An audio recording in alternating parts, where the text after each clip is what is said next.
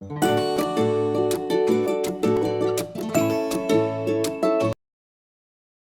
पढ़े। अब हम पढ़ेंगे, हमने फिजिकल क्वांटिटी भी पढ़ ली है। तो फिजिकल क्वांटिटी हमारी टू टाइप्स की थी, scalar quantity and vector quantity. Okay, अब हम देखेंगे कि जो इसमें भी वेक्टर क्वांटिटी और स्केलर क्वांटिटी कौन सी होती है, डिस्टेंस हमारी कौन सी क्वांटिटी है ये पढ़ेंगे। अब पहले हम समझेंगे डिस्टेंस क्या है।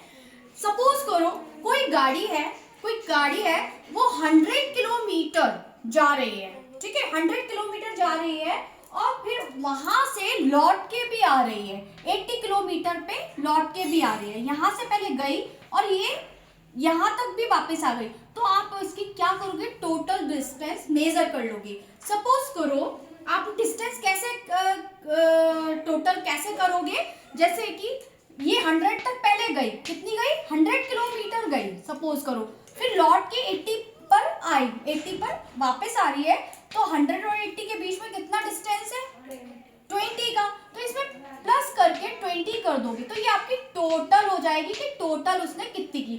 सपोज करो आप स्कूल, यहाँ आपका ये हाउस है, यहाँ से आप स्कूल जाते हो, ठीक है, और 2 किलोमीटर की दूरी है, बट आप वहां से वापस आ रहे हो, तो आपने टोटल डिस्टेंस कितना किया कवर, 4 किलोमीटर। ओके, तो ये था डिस्टेंस, ठीक है ना। अब आता है डिस्प्लेसमेंट। डिस्प्लेसमेंट भी क्या है, एक डिस्टेंस ही है, बट शॉर्ट डिस्टेंस। जब कोई शॉर्ट डिस्टेंस कवर करता है तो उसे कहते हैं डिस्प्लेसमेंट। मीन्स आप इसको ऐसे समझो, एक इसमें इनिशियल पोजीशन होती है, एक होती है फाइनल पोजीशन। जब आप घर पर थे तो वो आपकी थी इनिशियल पोजीशन, बट आप जब स्कूल पहुंच गए तो वो थी आपकी फाइनल पोजीशन। समझ में आया। अब आप ये बताओ, स्कूल के रास्ते बहुत सारे होते हैं, कोई ऐसे भी घूम के जा सकता है, इसमें जरूरी नहीं है कि आप किस रास्ते से जा रहे हो।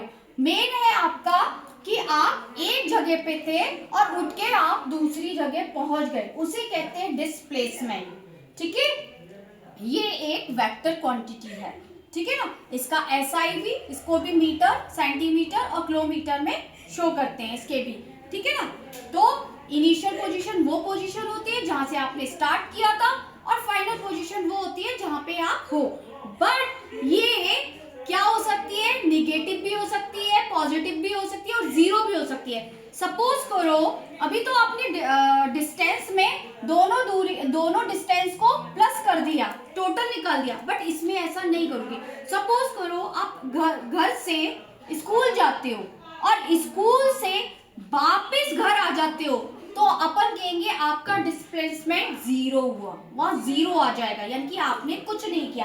सपोज करो ये यहाँ पे रखा हुआ है, ठीक है ना, यहाँ पे रखा हुआ है, इसके बाद में ये यहाँ से कहाँ पे आ जाता है, यहाँ पे आ जाता है, तो थी इसकी।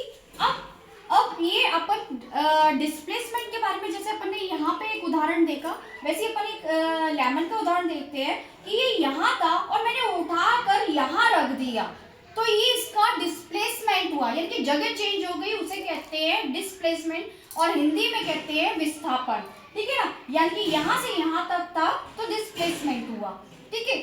अब ये किसी भी ऑब्जेक्ट की जो टोटल डिस्टेंस तो वो कवर कर ही रहा है, मगर उसके अंदर क्या है, वो किस स्पीड से जा रहा है, तो ये क्या बताता है, उसकी स्पीड।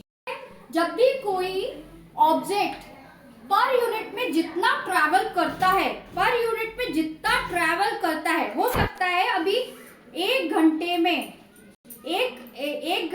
कितना कर रहा हो, 2 किलोमीटर की दूरी तय कर रहा हो सकता है वो अपनी स्पीड को क्या कर दे, 3 किलोमीटर भी कर सकता है। तो ये क्या है, पर यूनिट में उसकी ट्रैवल बढ़ रही है, तो क्या है उसकी स्पीड, और स्पीड का फॉर्मूला होता है S equal distance upon time, यानी कि उसमें डिस्टेंस भी कैलकुलेट होती है और टाइम भी रहता है उसमें। तो जब आप स्पीड के फॉर्मूले से स्पीड निकालोगे तो उसमें आपको डिस्टेंस भी बताई जाएगी और टाइम भी बताया जाएगा। ओके।